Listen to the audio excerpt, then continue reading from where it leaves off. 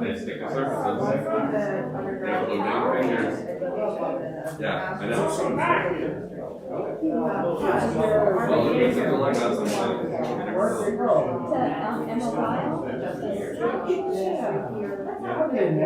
That's a good idea. We don't own that one. So we don't want to go.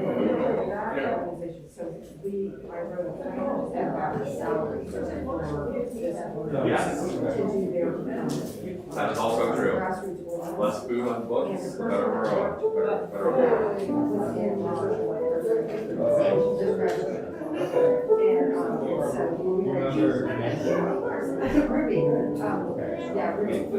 Yeah, good job, buddy. And she was such a fine amount, and she was a speaker, and she criticized things. I will take the trash. I have her in my bag. And I can ask you to sit up for just a second. I just want to check my blood sugar right quick. It feels like I need insulin. Yeah.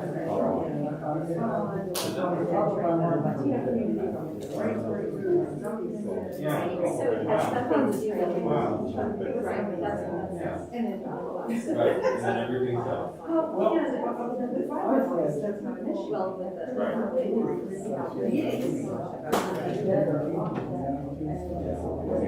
Really bored and I gotta feel it stinging. Better than the terror. So it's there. Yeah. We'll see. Eventually I'll be. I know. Girlfriend come. Okay. I'm really excited to be coming here. I don't know, it's super. Yeah, nice. Yeah. Do you want a special milk? No. You want a big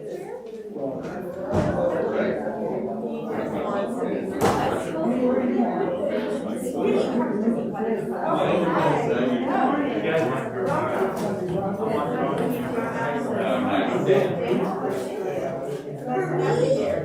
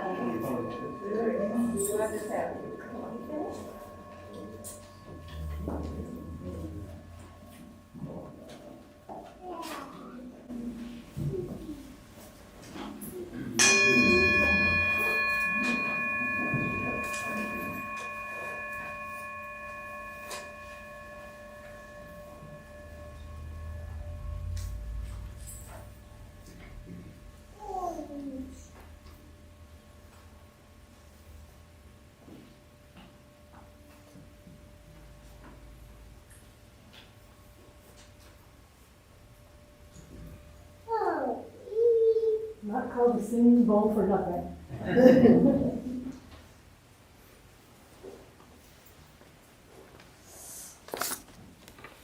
Good morning, everyone.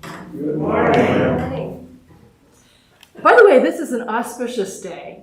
It's Father's Day, it's Juneteenth, and day after tomorrow, it's the summer solstice. So it's like, this is a humming day here. So please stand in body or spirit as we sing our gathering hymn, Sing and Rejoice, number 395. Just give us an F.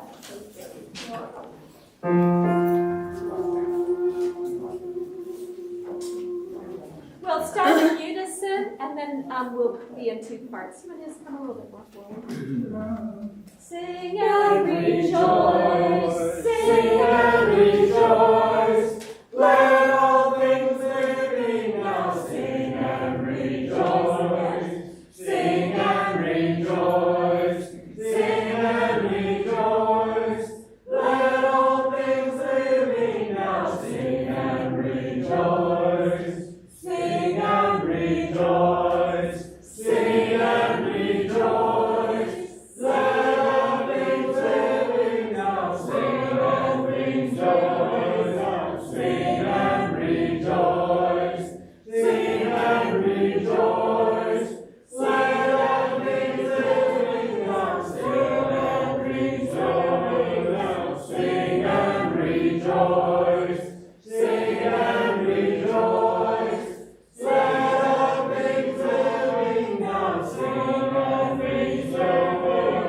Sing and rejoice.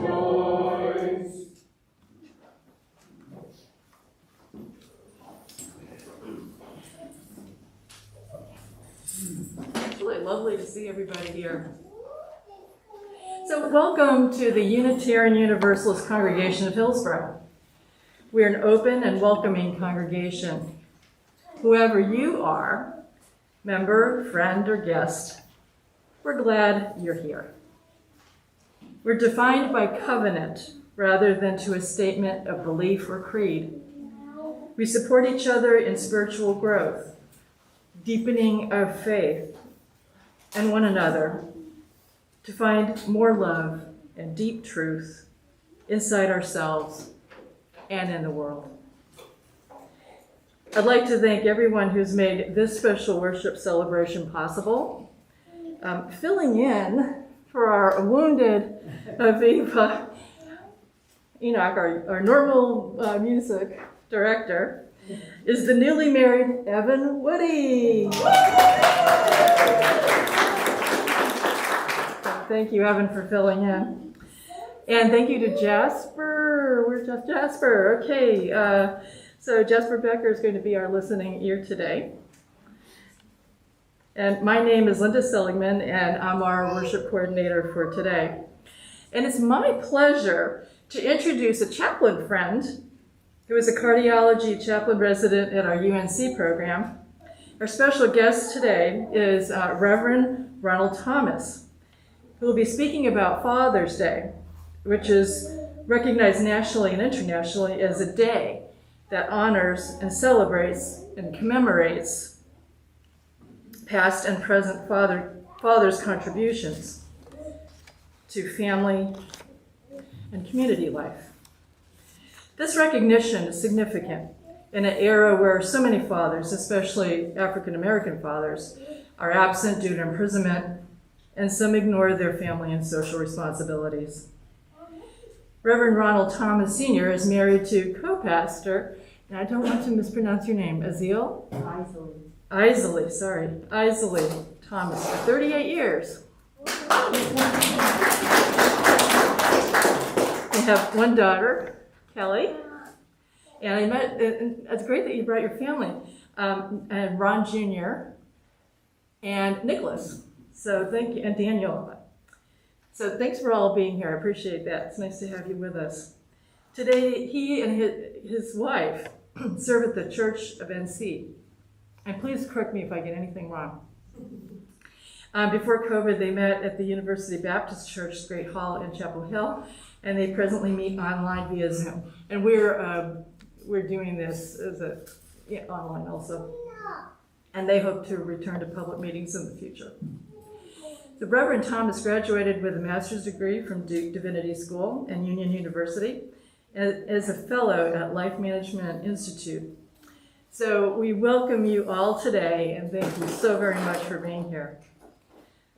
Before we create our sacred space and begin worship, let's take a moment to share any announcements. I know there are a couple. Anybody have any announcements?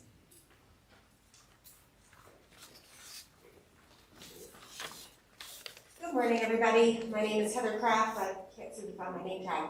But I'm, on behalf of the Finance Committee, asking that if you have anything that you would like to be paid back for, please get us those forms. You can do it either online or a paper form. Please get them to us by the end of this month so that we can close out our fiscal year at the end of next month. Thank you.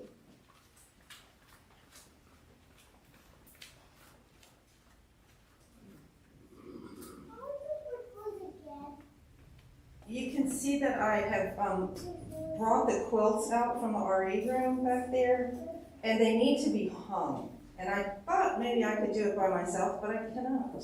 So during coffee hour, if anyone would like to assist, I would love an extra pair of hands. Thanks.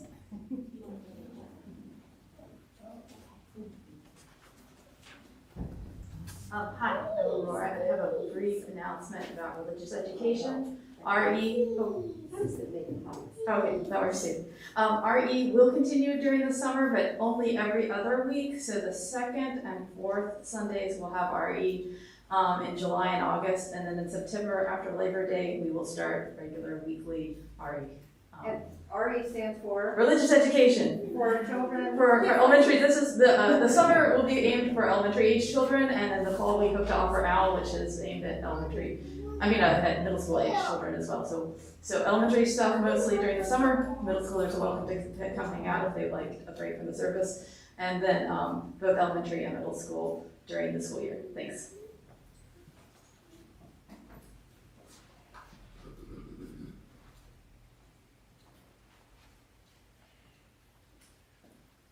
I'd like to express our appreciation to Bob Reeves, Nancy Wilderman, and Jerry Morris for keeping our yards looking so nice.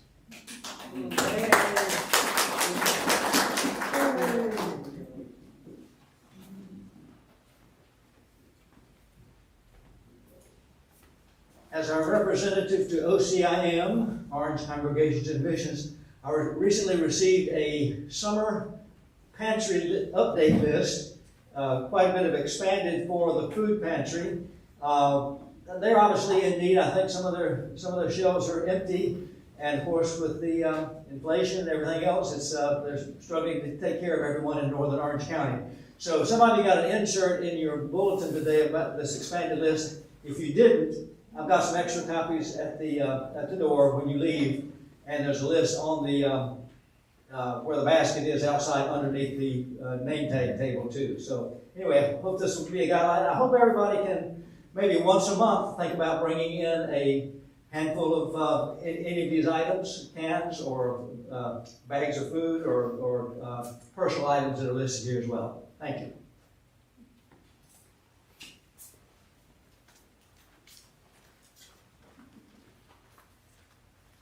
Lynn, to identify me, I'm Jasper Becker. We have a listening ear process, and I'm a representative, and if somebody's having a difficult day and needs somebody to talk to, I'll be outside after the service over here. So please feel free, and thank you. Answers are not free. Listening is good.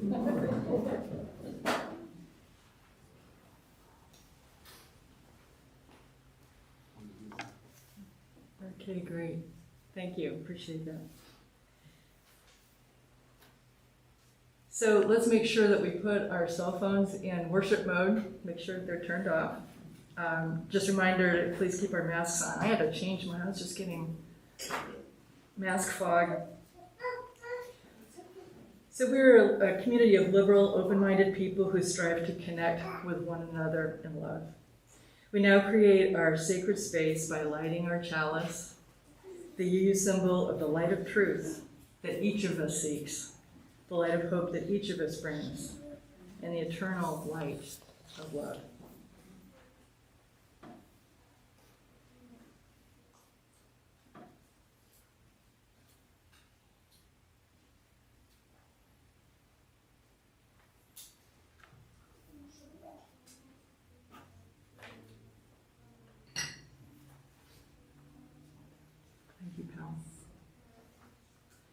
We light our chalice for fathers and for fatherhood by Reverend Peter Fredericks.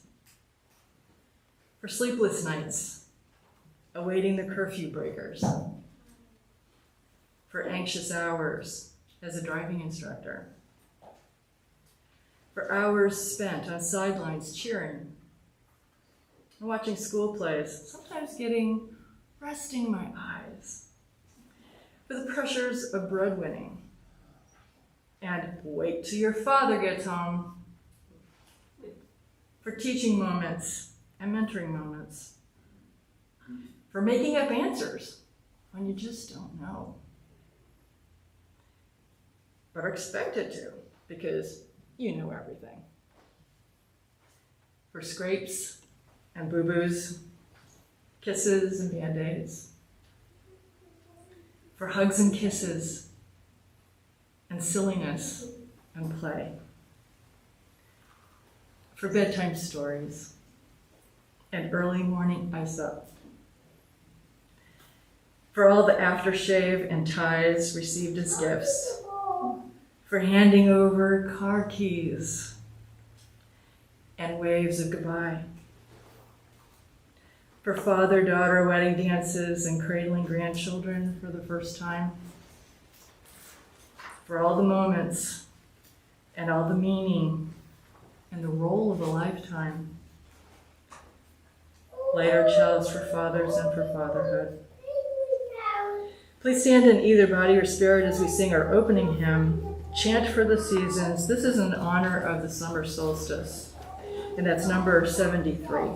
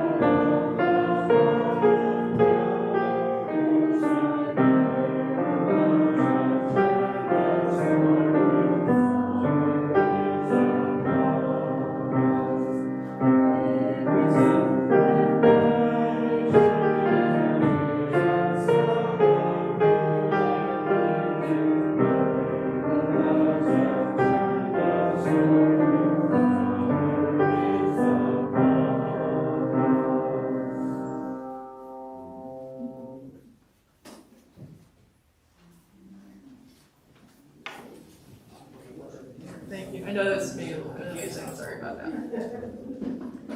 Yeah, that's our seasonal song, and each season we sing a different part of it.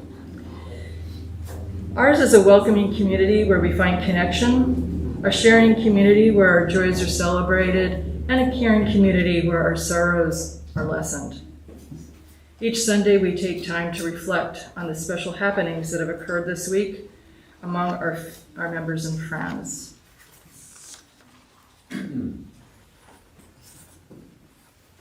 If some folks would like to come on up and please give us your name and tell us what your message is for today. Others choose to have your thoughts and feelings inside and would like to share quietly later. So we make room for both. So for those who would like to come on up, Evan's going to play Spirit of Life a little later, and then after he's done once, then we will join him in singing. So please feel free to come on up.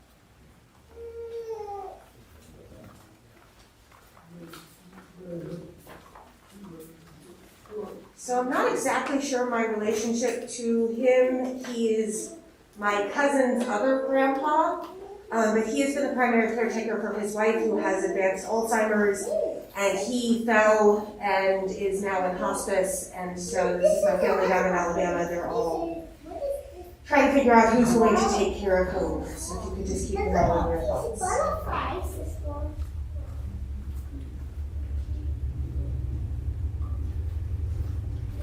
So I'm Aviva. I had a great, some of you got to meet my sister from California last week. We had a great vacation at the beach together and my son joined us. The day after I got back, another dog attacked my dog and I tried to intervene and I got bitten, and that's why I found this up today. I'm happy to say my hand is much better, and in fact I'm going to play a little something in just a minute, but I'm going to actually play the Spirit of Life. But anyway, I'm recovering. That is a very traumatic incident, and my dog is recovering too. He's injured much worse than I am, but he's getting better too. So, anyway, thank you.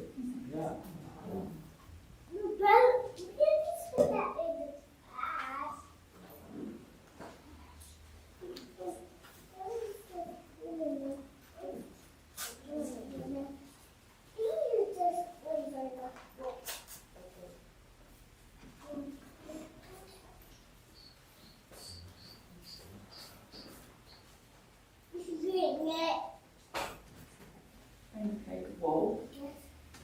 And it's been quite eventful month, I would say. We've had 4 ER visits. Wednesday, I called because Richard was uncoordinated and foggy.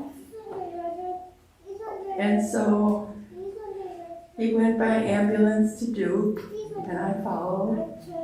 And he had a fever of 105. And for a couple days, it wasn't quite that. They got it down some. They still don't know what the infection's from. He's been on quite a slew of antibiotics, and they're doing cultures. So, just wanted to let you know.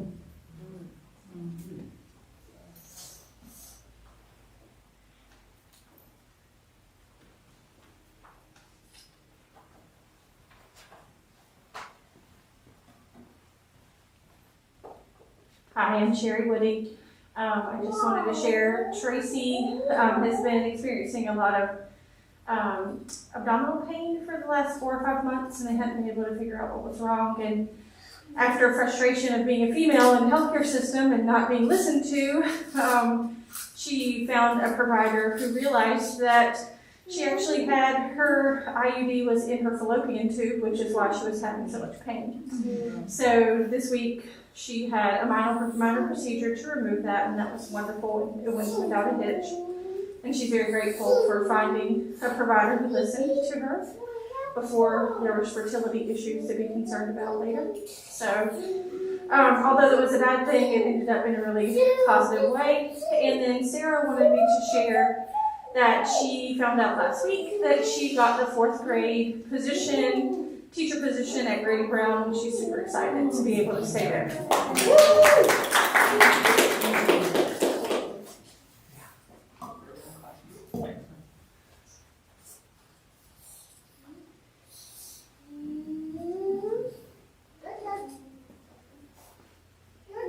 So for those of you who would prefer to silently acknowledge your joys and sorrows remaining in your hearts, I invite you to come to the altar and release a stone into the vase in silence while Aviva plays Spirit of Life. And then after everyone is seated, Aviva will play it again through one more time. And then you're invited to join in singing one verse of the hymn, and the words are printed in the order of service.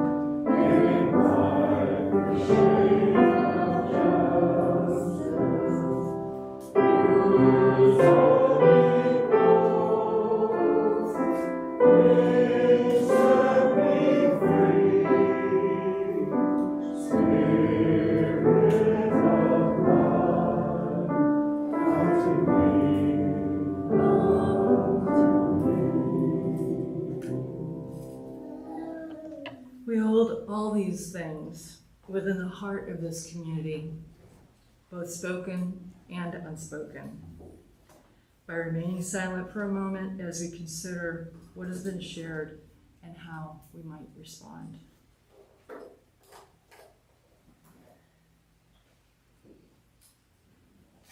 May the community respond, amen, and blessed be. Amen. Blessed be.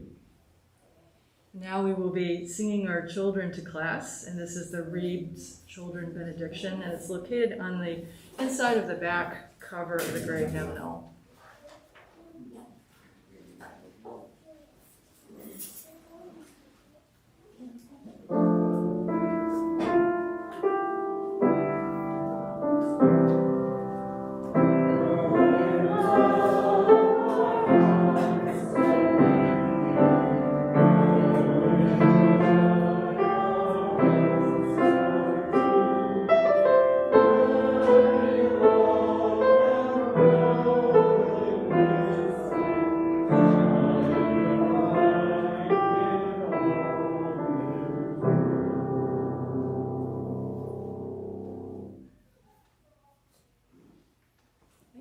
Now I'd like to welcome our guest speaker, Reverend Ronald Thomas, to speak on Juneteenth's Father's Day.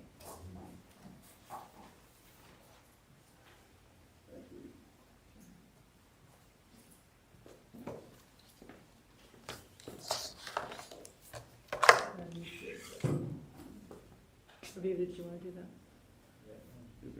Make sure it's the right spot.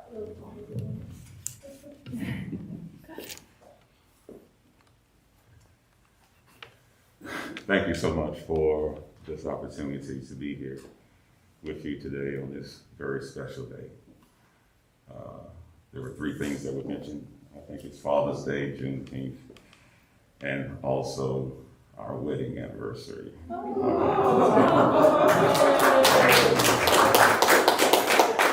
38 years. Thank you for our conversations and inviting me to be here today. You play so beautifully. I really enjoyed your playing this morning. As we look at this day, I had questions about how much should I go into? Because there's some things that are personal. There's some things that are private and some things that you really don't share a lot. But I thought I'd take this opportunity to let it go. I understand, and I just want to put this out in front, but part of my tradition is taking certain passages from what I read. This is by no means to infer that you should do the same. I'm just sharing part of my story, if that's okay. So what I have this morning is a verse coming out of Ephesians 6:4 for this Father's Day. And this verse has so much deep meaning for me. And I want to share a little bit of that with you this morning. And it depends on which version you read will be how it affects you. So one version says, "And fathers, do not provoke your children to anger, but bring them up in the discipline and instruction of the Lord."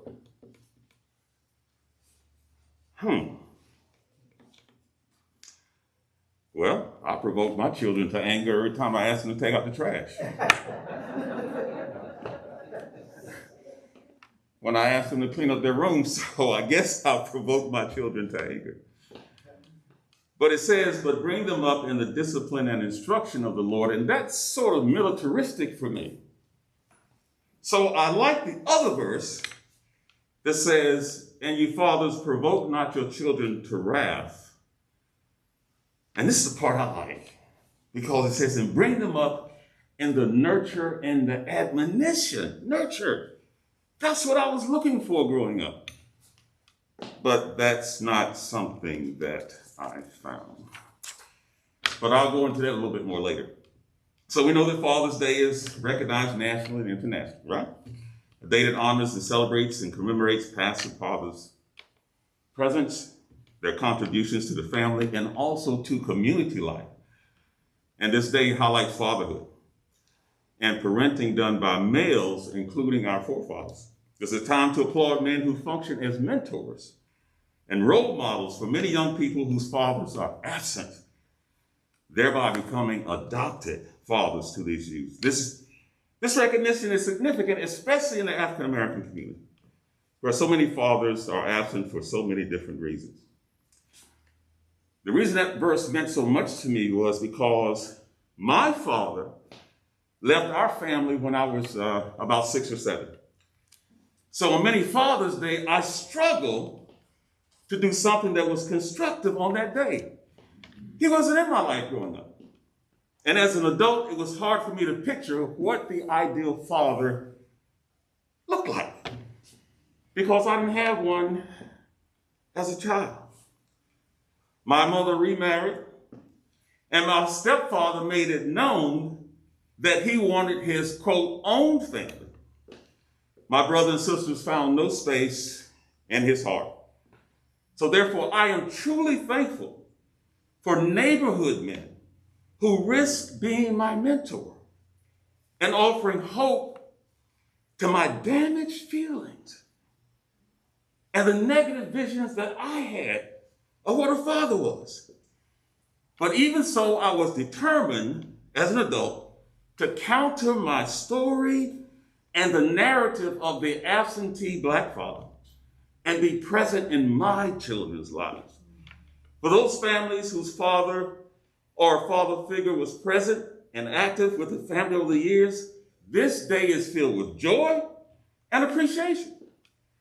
However, for many families, Father's Day is an annual reminder of the absentee father and children raised by, listen to me, the courageous efforts of their mothers, grandmothers, quote, good stepfathers, mentors, and others who risk being in their lives. As a result, several things occur in the minds of families on Father's Day. On this day, our special gift to this family is our father, or here's a special gift for my father, or who is my father? Or where is my father? Or why did my father want to stay with us or with me? What did we do to make him leave? I do not assume that everyone gathered here on Father's Day has warm memories of their father. That being the case, I begin by celebrating the faithful fathers that do exist. Next, being a faithful father, you must help the other families cope with not every family having a devoted father. Additionally, I believe violence among the youth in our communities and other tensions result from the absence of a father's love and presence in their lives. For example, in North Carolina in 2015, Black people constituted 23% of state residents, but 48% of people in jail and 52% of people in prison. Think about that. 23%, but yet 48% in jail and 52% in prison. And this other number just blew my mind. Since 1980, the number of women in jail has increased 1,067%. I believe that behind these staggering numbers and those statistics is systemic racism, privilege, and conspired poverty. Within many incarcerated persons, I believe that there is a child within them saying, "Where is my dad?" Finally, I charge every parent or potential parent in this setting to be the best parent you can be, regardless of your childhood experience. I honor and applaud good fathers. Their presence can serve as a substantive foundation to enable children and children of a community, not only your children, but also reach out to the other children in the community to become mature, become positive contributors to society. Regardless of the statistics one uses, the presence of fathers in the lives of children in America is really pitiful. Again, in 2019, in Durham County, single-parent households make up 40% of all, that's 40% of all households.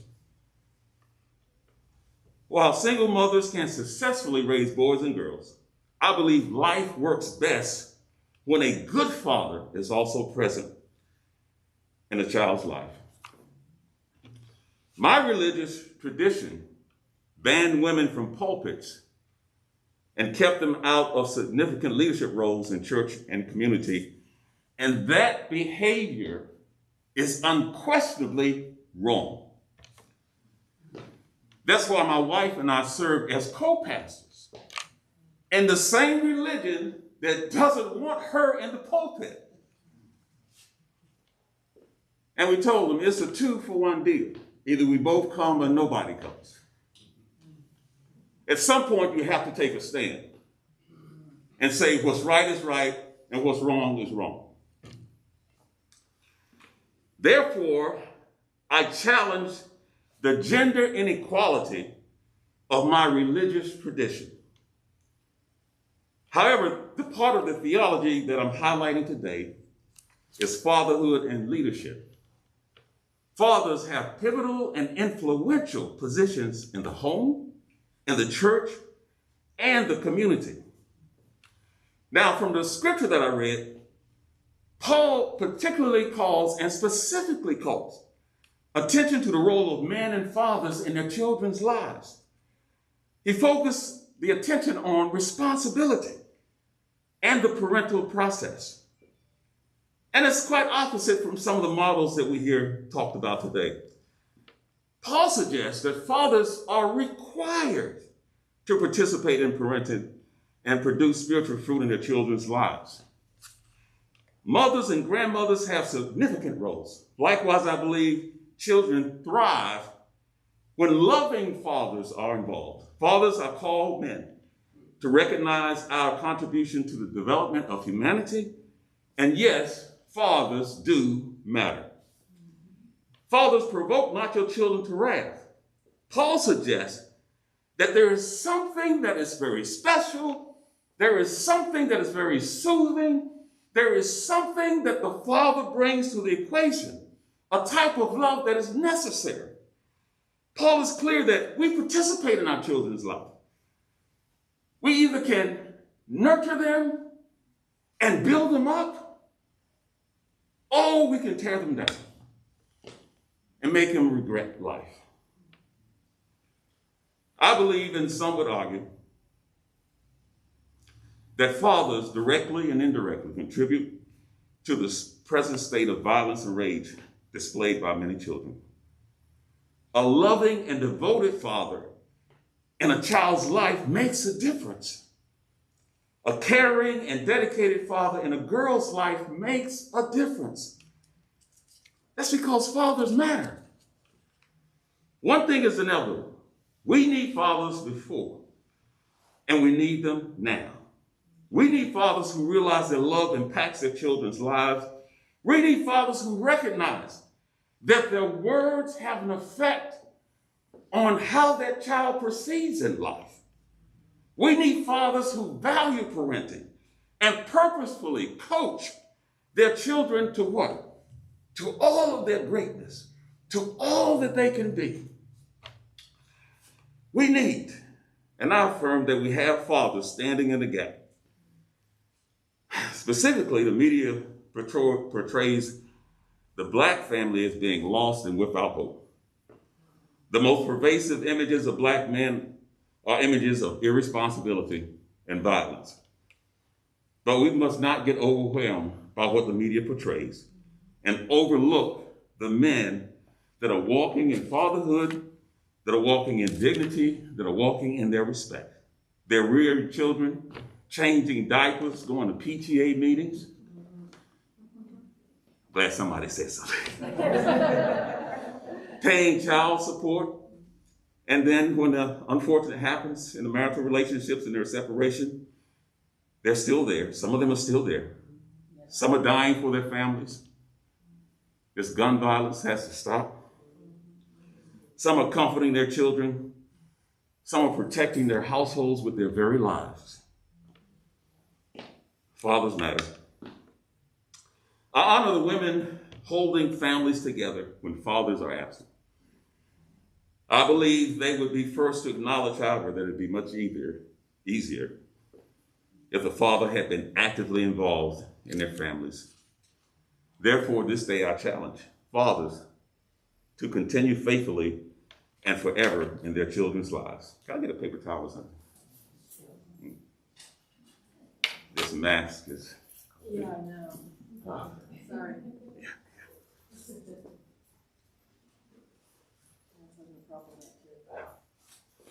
Well, what I'm sharing with you today has two movements. The first is about fathers and fatherhood. And the second is about Juneteenth. Juneteenth originated in Galveston, Texas on June 19, 1865.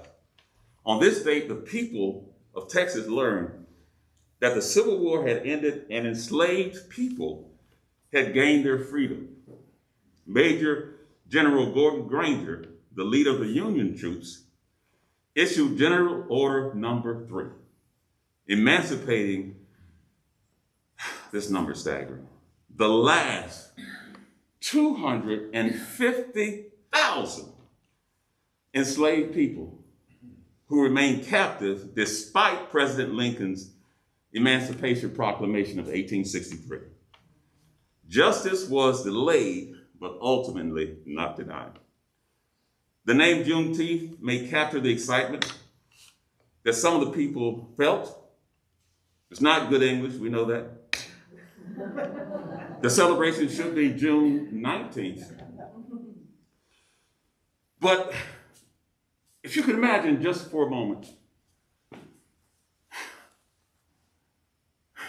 it's kind of hard, it's even hard for me, to imagine being enslaved, having no freedom, wanting to be a father and cannot, and somebody coming up to you and saying, you're free.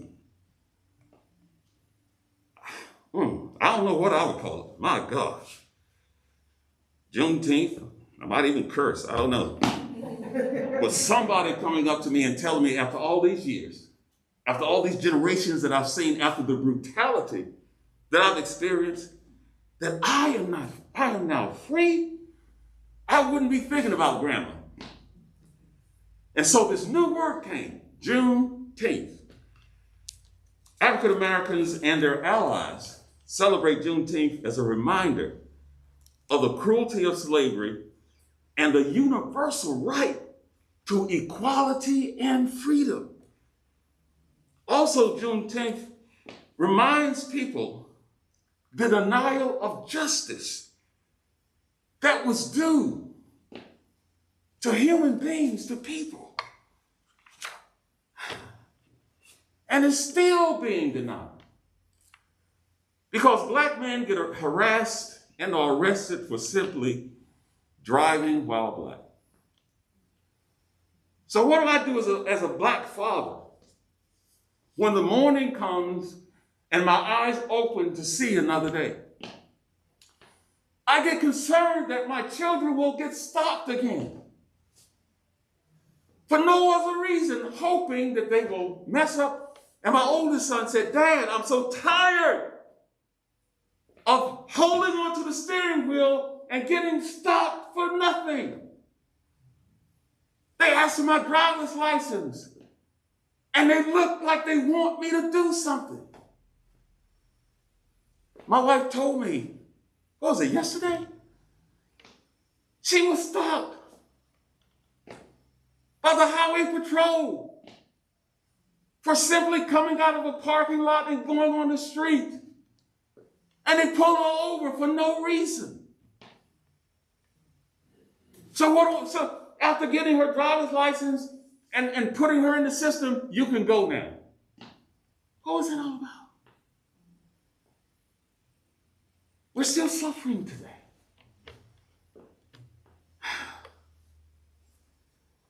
Redlining is still going on. A young black female has 3 stores that are successful. She still can't get a loan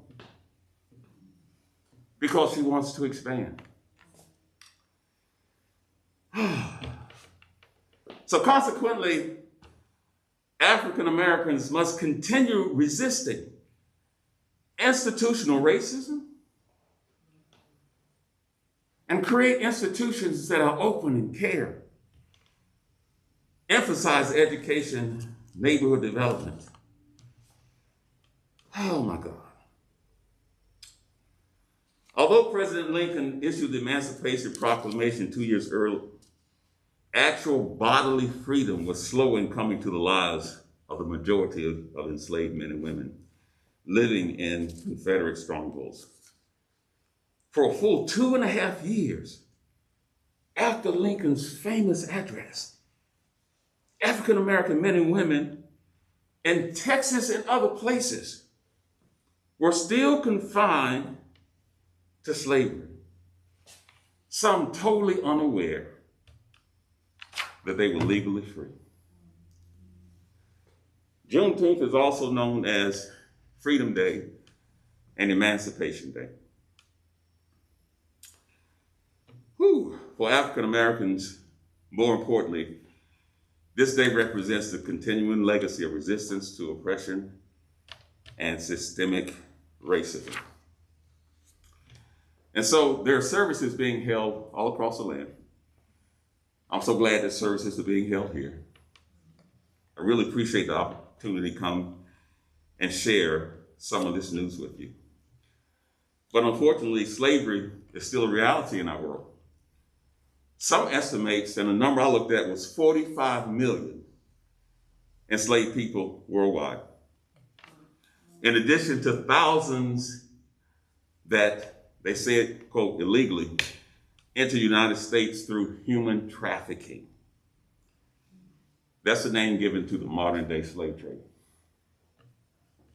So the struggle for freedom persists, and the cry of liberty by enslaved people continues to resound into the ears of those who have an ear, and for those who will listen. The cries of people saying, help me. I pray we have a listening ear. Juneteenth invites us to reflect upon the fact that there were, for 2.5 years, people were still in bondage. Enslaved people, though legally free. Then there's a difference between that type of freedom and prolonged liberation. The deferred liberation is a metaphor for what it means to exist in the gap of freedom.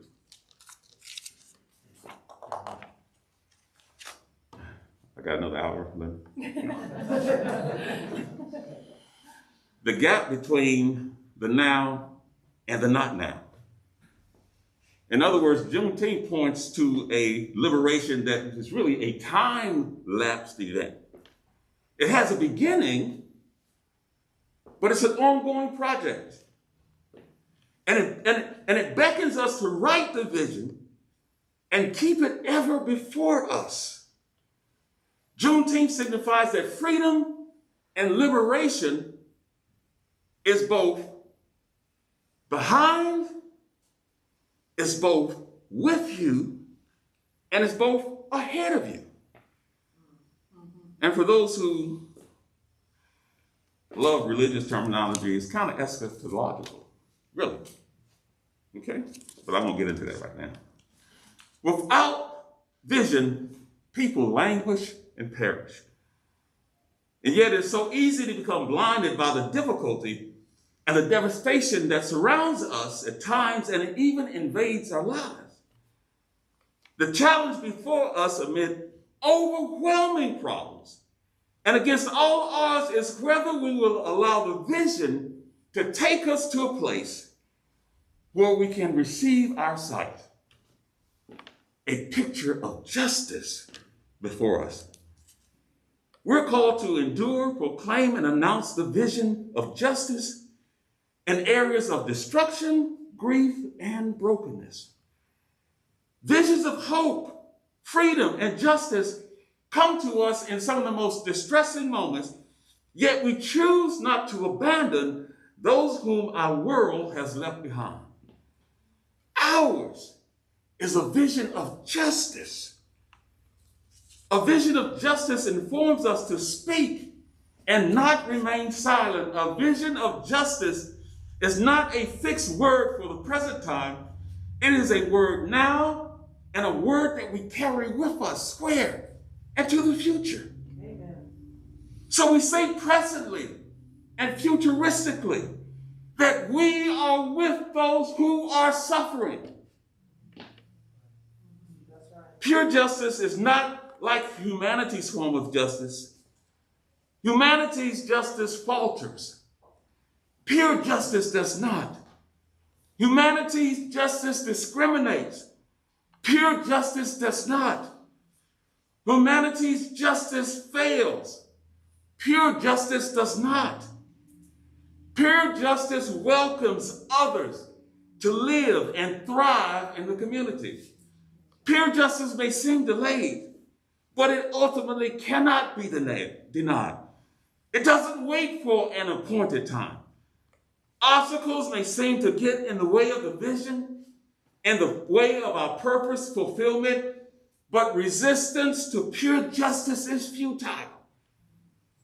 And because of this, the challenge before us is to keep running with a message of justice, a message of equality, a message of liberation. Thank you.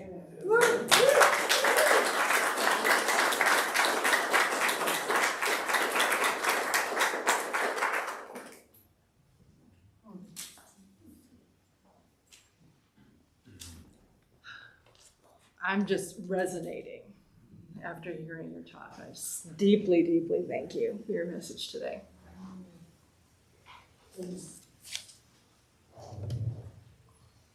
Thank you, deeply, deeply. Thank you. Thank you.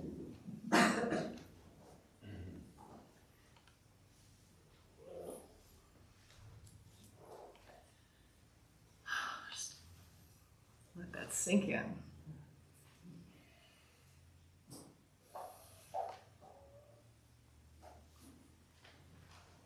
So each week, we take a monetary offering of donations to support our social justice work in the community. This month, our community partner that we'll share the collection with is New Hope Elementary. You may donate by putting cash or a check in the basket. Make sure the checks are made out to UUCH. And you can also donate online by going to our website or using the Kindred app. And our offertory music today is farther along.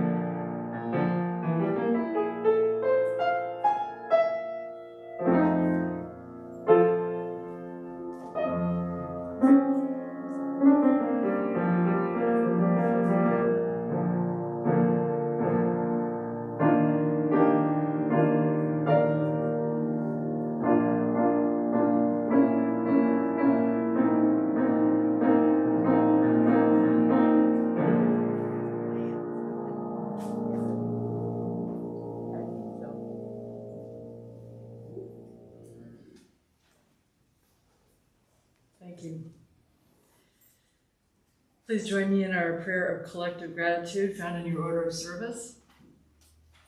For the love that surrounds us every morning, for the friends beside us, and for the generous gifts just received, let us be truly grateful.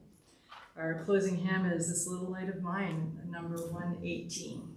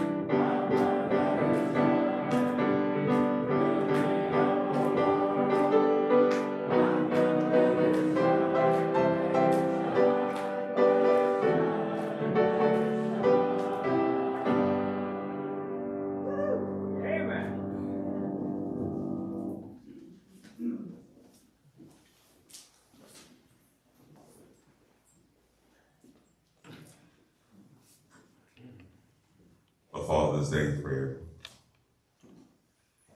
Let us praise those fathers who have striven to balance the demands of work, marriage, and children with an honest awareness of both joy and sacrifice.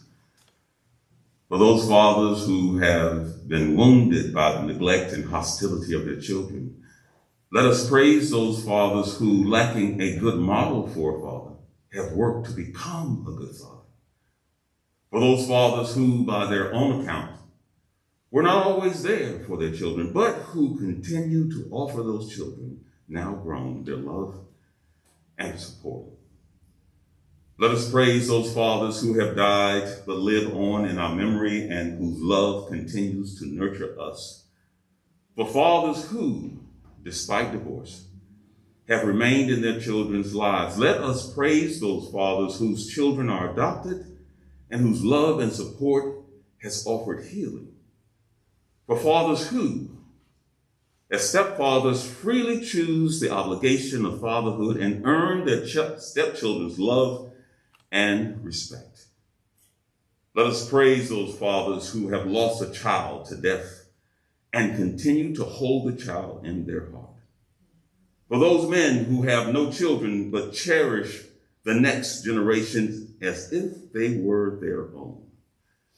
Let us praise those men who have fathered us in their role as mentors and guides. For those men who are about to become fathers, may they openly delight in their children.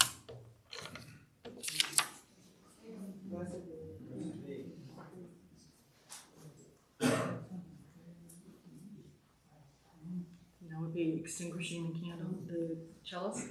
Please join me with our closing words as we read them all together from our order of service.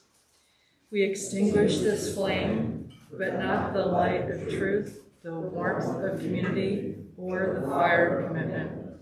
These we carry in our hearts until we are together again. Go in peace, my friends, and blessed be.